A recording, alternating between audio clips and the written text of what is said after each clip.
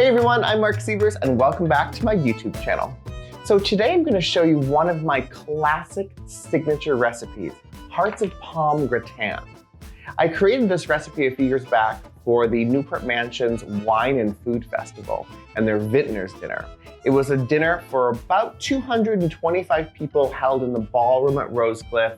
It was such a beautiful, magnificent night, and my task was to come up with a menu that was mostly vegetarian, that would celebrate the flavors of New England. And I can't think of anything better than seafood.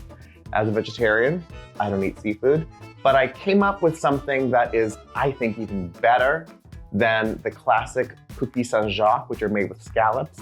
Mine are made with Hearts of Palm. So, Hearts of Palm, what are they? Back to the 70s, they were everywhere, but now, not so popular. We're gonna change that. So Hearts of Palm are the inner core of palm trees. So they kind of have a very sweet, mild, kind of artichoke-ish flavor, and I just love them. You buy them in cans, and when you buy them though, you have to be careful because some of the cans will just say Hearts of Palm, and then some of the cans will actually say Hearts of Palm salad cut. You don't want salad cut. You want these to be nice, big, beautiful stalks. And what I'm gonna do is just cut these in half and then cut the halves in half again. And then you have these perfect Hearts of Palm kind of coins. And I've got some gratin dishes back here. If you're familiar with Coquilles Saint-Jacques, it's a scallop dish that kind of looks very similar to this.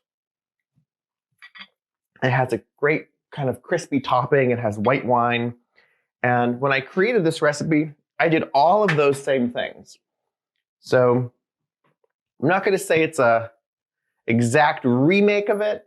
I think it's even better. All right, we need that crispy topping I was talking about. So I have a food processor fitted with a steel blade. This is a very big food processor. You can use a little mini one too if you have that. And I need some butter. So I have a stick, which is 8 tablespoons of unsalted room temperature butter. If it's not room temperature and it's right out of the fridge, it will not mix, it will not get creamy. So you can put it in the microwave at half power for 10 seconds, flip it, another 10 seconds, and you should be good. So next we're gonna put in some garlic. We need lots and lots of garlic. 2 cloves, and what I love about this recipe, because it's being done in a food processor, nothing has to be too exact. We don't have to chop and mince, and nothing has to be perfect. So 2 cloves crushed, just like that. Add this into the food processor with the butter. All these measurements are at marcsievers.com. So sit back, relax, and enjoy. Some lemon, lots of fresh lemon. So when I zest a lemon, I like to do it over the bowl versus onto the cutting board, because so much essential oil is in that zest. That's where all that flavor is coming from. And I really want all of that flavor in my dish versus on top of the cutting board. So I need about a teaspoon. Fresh lemon zest, nothing like it. And it just adds that brightness. It's gonna be so welcomed with the rest of these ingredients. I need a shallot. So shallot again, just cut off the ends. It's just kind of like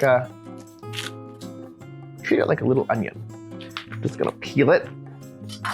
I just crush it a little bit to kind of get that peel off. And it's a really sweet, it has a very sweet flavor. It doesn't have that harshness that a typical onion has. And this is going to be really, this is the hardest shallot to peel in history. Wow, that's ridiculous. All right, in goes, we need the other half of this shallot that refuses to be peeled. So let's see if I can do this a better way. There we go. And again, this shallot doesn't have to be prepared any specific way, just roughly chopped, because it's gonna get all kind of whirred up in that food processor anyway. Then some parsley, 3 tablespoons. I use Italian flat leaf parsley. Save all of this, by the way, all these scraps. I have a huge bag in my kitchen, about a gallon-sized Ziploc bag in my freezer. I put all food scraps into it, non-dairy, not eggs, and I make this into stock. There's a recipe on my website for scrappy vegetable stock that utilizes all these food scraps. So again, about 3 tablespoons. I'm just gonna give this a rough chop. We'll call that 3 tablespoons. Some basil, a little bit more. And these, oh, basil smells so good. And I love that you can get fresh herbs regardless of the time of year now. And I just think it's such a luxury. Some salt, some pepper, lots and lots of black pepper. Salt here, there we go. As you can see, I'm a very messy cook. And I'm just gonna top this on. I'm just gonna pulse this. This all mixed up.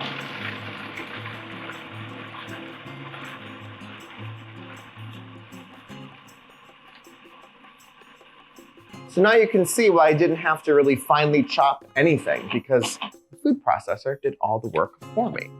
So now, some olive oil. 6 tablespoons. I'm gonna turn the processor on, and I'm gonna gradually add 6 tablespoons of olive oil to this. Oh, it smells so good. It's the slowest olive oil drip in history. Okay, so, no, it's still dripping. All right, that's perfect. So I'm gonna take the top off of this, and now, in order to make this a crisp topping, I'm gonna transfer it into a bowl. Oh, it smells so good. You can really smell the basil, the lemon zest, the garlic. I'm gonna transfer this into just a medium bowl and about 1.5 cups of panko. So this is panko. Panko, it almost looks like ground Parmesan cheese, but what it is Japanese bread flakes, and they have amazing texture and crunch, and they really do such a great job in the oven creating a crispy topping. I use it on my gratins, I use it on mac and cheese, all kinds of things.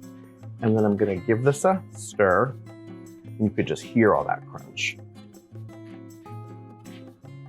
All right. Put this aside as well. I'm gonna clean up and then we're gonna finish. All right, all cleaned up. What a mess. So I have all of my gratin dishes set on half sheet pans. And now comes the good stuff, heavy cream and white wine. So I've got some heavy cream, and I want about 1 tablespoon in the bottom, or just drizzle over into each dish. This is gonna kind of mix with that butter and wine and create a little bit of a sauce. And then my favorite, French Chardonnay. So about 1 tablespoon into each gratin dish as well. And I think that there's nothing better than the sound of a wine cork, a champagne cork. I love it. So a little bit of wine, just about 1 tablespoon of each.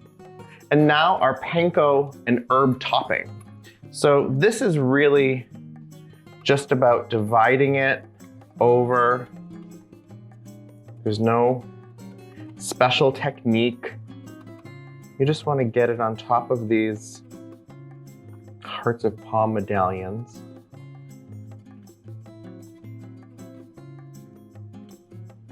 Oh, it smells so good. People are so blown away by this. And that's what I love about cooking, is that you really can kind of change people's opinions. I mean, if New Englanders who are obsessed with seafood, which I get, think that this is a fantastic, innovative recipe that they would prefer over the classic, or in addition to Coquilles Saint-Jacques, then I'll take that as a little pat on the back. So, into the oven, here we go. I'm gonna do one at a time. Oh. So I have the oven preheated to 425, and these are gonna go into the oven for about 20 minutes till the panko is nice and crisp and golden, and your kitchen will smell amazing. Dirty fingers. So it's been 10 minutes, and I'm just gonna rotate these pans so that it all cooks and browns nice and even. Oh, it smells so good. 10 more minutes. All right, it's been 20 minutes. The kitchen smells incredible. And these Hearts of Palm Gratins are ready to be taken out of the oven. Oh yeah.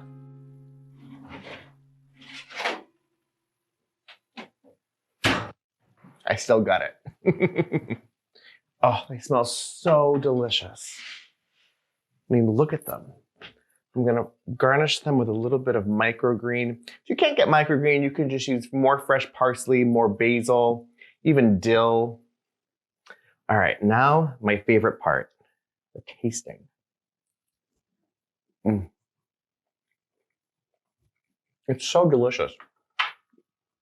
The sweetness from the Hearts of Palm really do complement all of that spicy kind of garlic flavor and shallot and fresh herbs from that panko topping. It's just delicious. Oh, I bet this little sip of wine won't hurt either. Nope, I was right. Head over to marcsievers.com for the full written recipe for my Hearts of Palm Gratins. While you're there, peruse all kinds of other great recipes for entertaining from morning all the way through cocktail hour. Please like this video, give it a thumbs up, and leave your comments below. Let me know when you make my Hearts of Palm Gratins at home. I will see you very, very soon. Au revoir. Let's see, little French wine. Always in style. Bye.